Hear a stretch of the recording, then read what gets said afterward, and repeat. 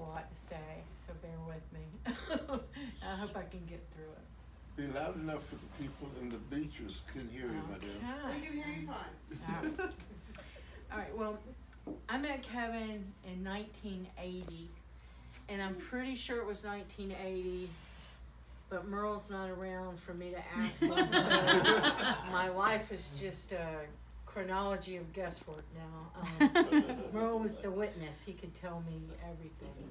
But I'm pretty sure it was 1980. I'd just gotten back from art school, and I was trying to make myself a fixture around the building. I had been there a few times before I left for art school, and didn't have anywhere to go when I got back, so I was down at Grove, trying to make myself busy and make myself useful. And I was upstairs working one day. We hadn't put the stairs in yet. I think you still had to, if you wanted to go upstairs, you had to go outside and go up the side of the building. And Kevin comes walking in, and he's in his army fatigues. I'd never seen a military man upstairs at Grove before. I didn't know who this guy was, He didn't say anything, just walked past. And I couldn't find Merle, because Merle would always give me the lowdown on what was going on, and who was who, and, I could ask Merle, what's up with that? I'll never forget the time he told me who Tom Turnipseed was. I didn't know who Tom Turnipseed was. And this guy comes in, larger than life, and I'm like, who's that foghorn leghorn guy? And wants me to go in the dark room and testify about something. And Merle said, he looks at me with that grin, and he goes, why, that's your Senator, Wendy. Sure was, but back to Kevin. So I'm in the middle office doing something. I don't know where everybody's at in the building, really. And I could hear this voice in the hall, just shouting. How Kevin had that larger than life voice, and he's like, fuck white people. White people fuck up everything. I'm tired of this shit, Britt. He not wrong. This is bullshit. And I'm thinking, are we under siege? Is this really? Is this how it's gonna go down? So I'm standing there. I hear him. He's just going on and on, and he's not being answered by anyone. Like, oh my God, So I mustered the courage, and I walked up to him in the hall, and I stood there, and I'm like, who are you? He looked down at me, he stopped his rent, and he just started laughing. And he looked at me and said, who are you?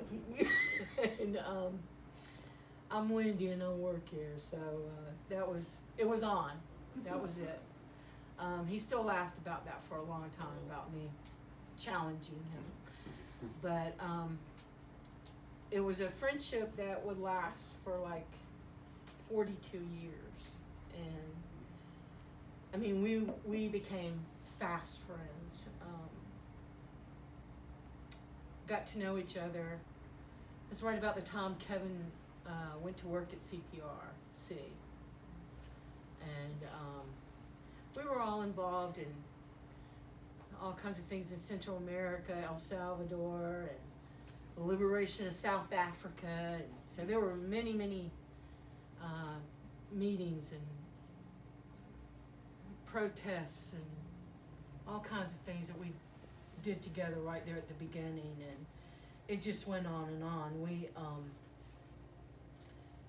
worked on a lot of things together. We ended up, but we really became friends more so than anything. We realized that we had both lost our dads to heart attacks when they were 57. That was something that we kind of related with.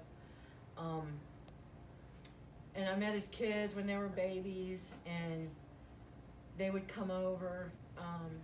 I just remember Brian and Camille when they were just little things,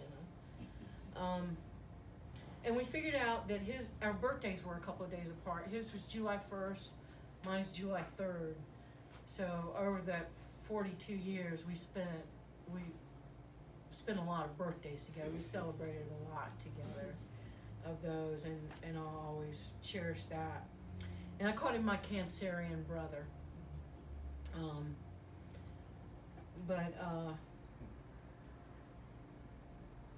We collaborated on just about everything, every project that we worked on.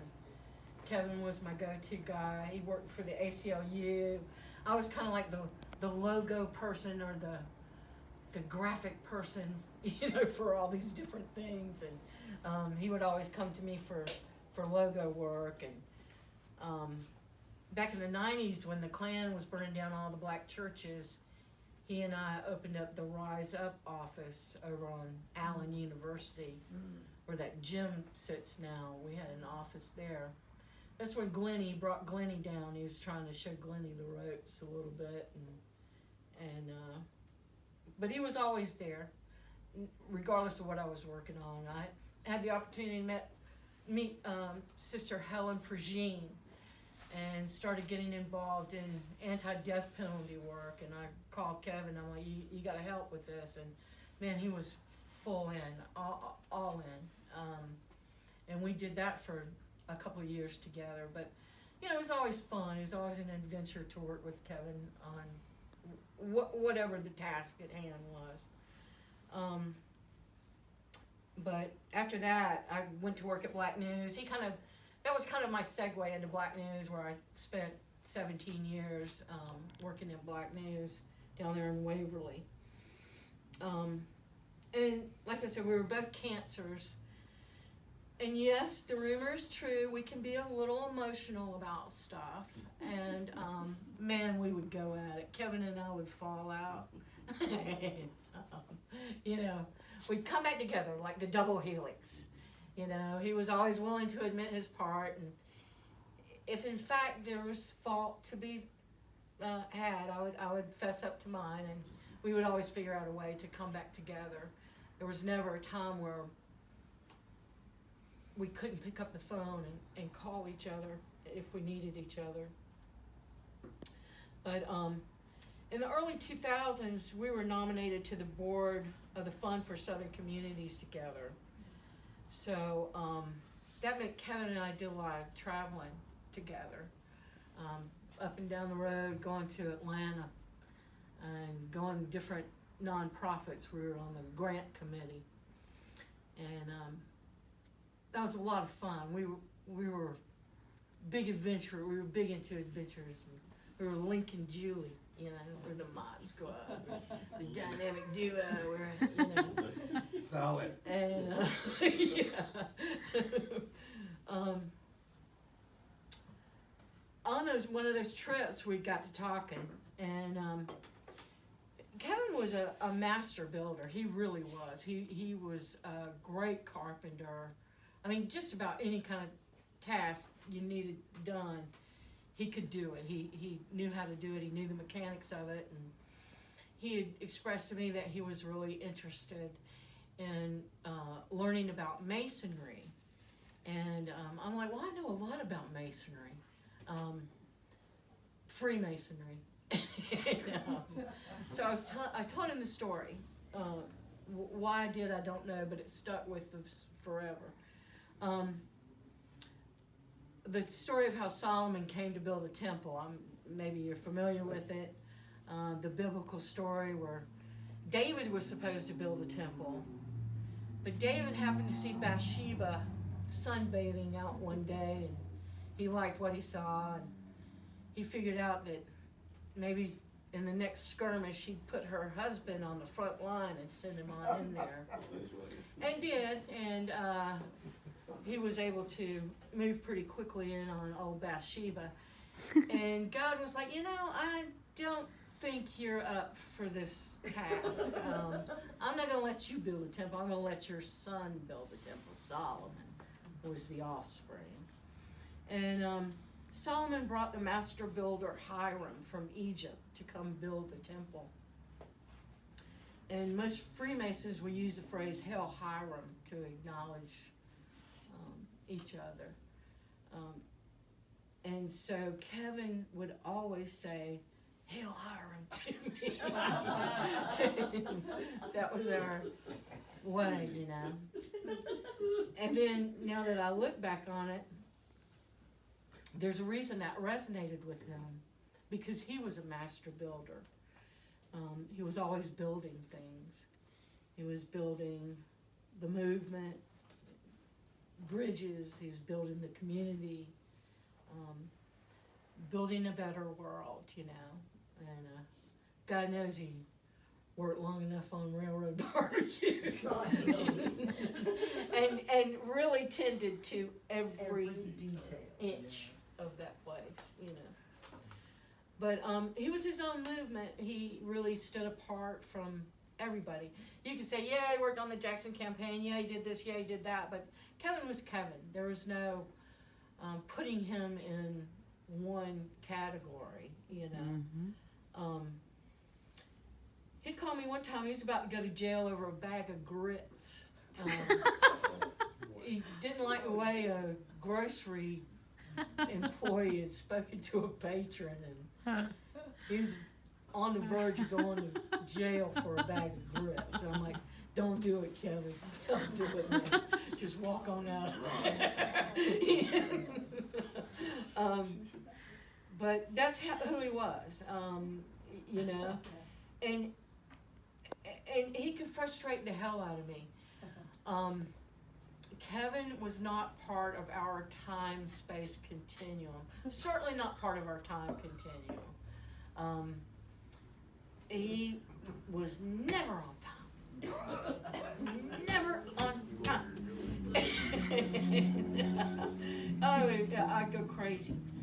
But my brother Richard Lane told me a story about Navajo time. And he could be jiving me, but he was pretty smart, so I believe a lot of stuff he said.